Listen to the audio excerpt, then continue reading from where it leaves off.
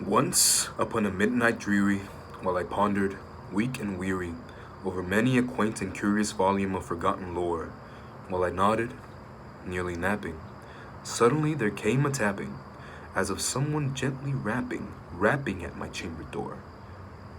"'Tis some visitor," I muttered, tapping at my chamber door. Only this, and nothing more. Distinctly I remember it was in the bleak December, and each separate dying ember wrought its ghost upon the floor.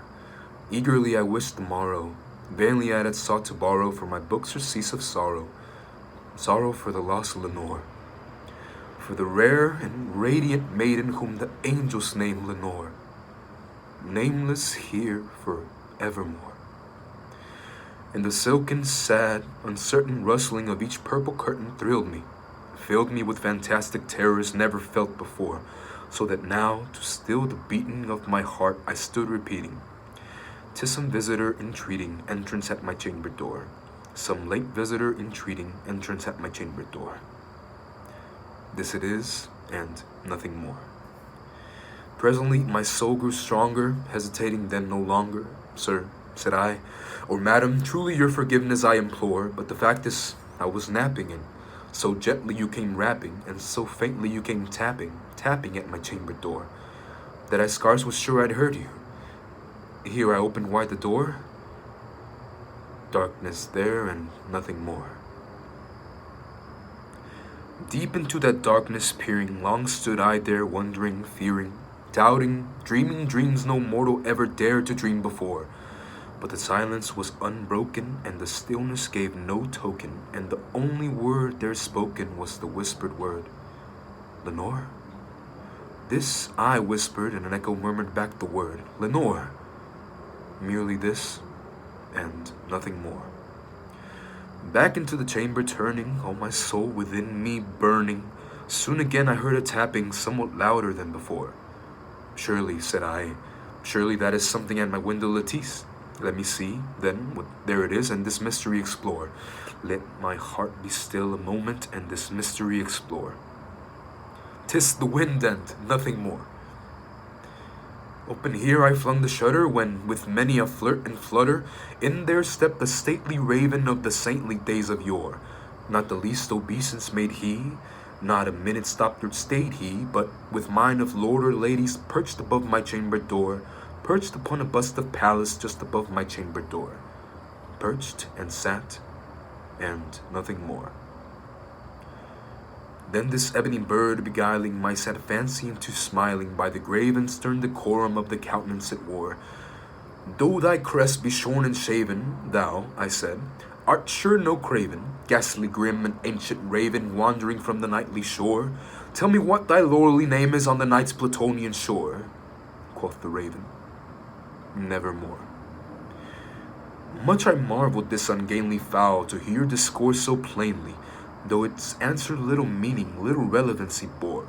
For we cannot help agreeing that no living human being ever yet was blessed with seeing bird above his chamber door, bird or beast upon the sculptured bust above his chamber door, with such name as Nevermore. But the raven, sitting lonely on the placid bust, spoke only that one word, as if his soul in that one word he did outpour. Nothing farther than he uttered, not a feather then he fluttered, till I scarcely more than muttered, "Other friends have flown before. On the morrow he will leave me, as my hopes have flown before." Then the bird said, "Nevermore."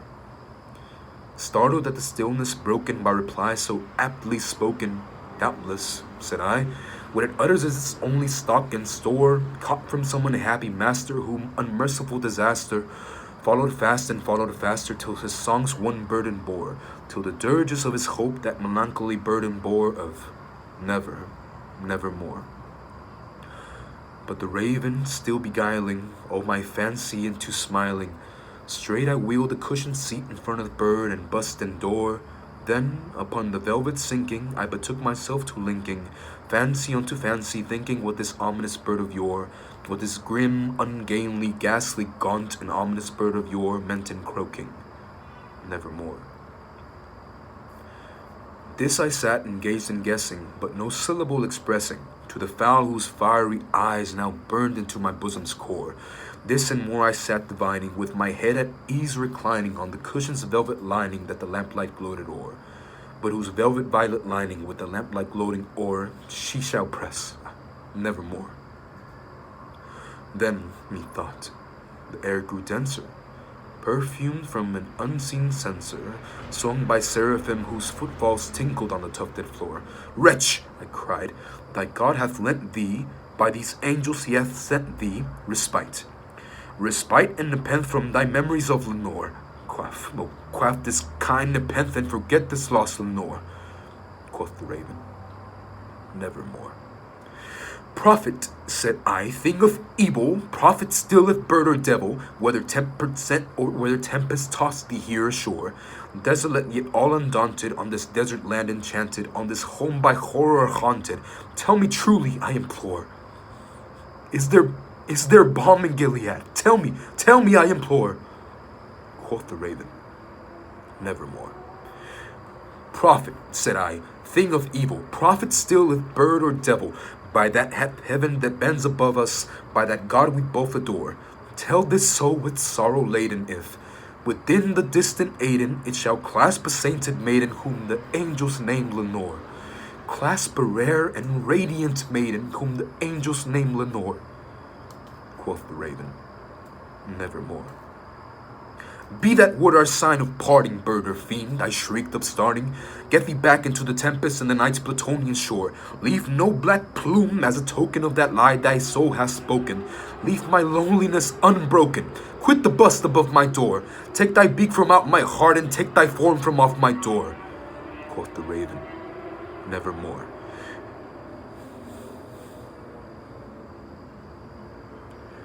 And the raven, never flitting, still is sitting on the pallid bust of Pallas just above my chamber door, and his eyes have all the seeing of a demon that is dreaming, and the lamplight o'er him streaming throws his shadow on the floor, and my soul from out that shadow that lies floating on the floor shall be lifted nevermore.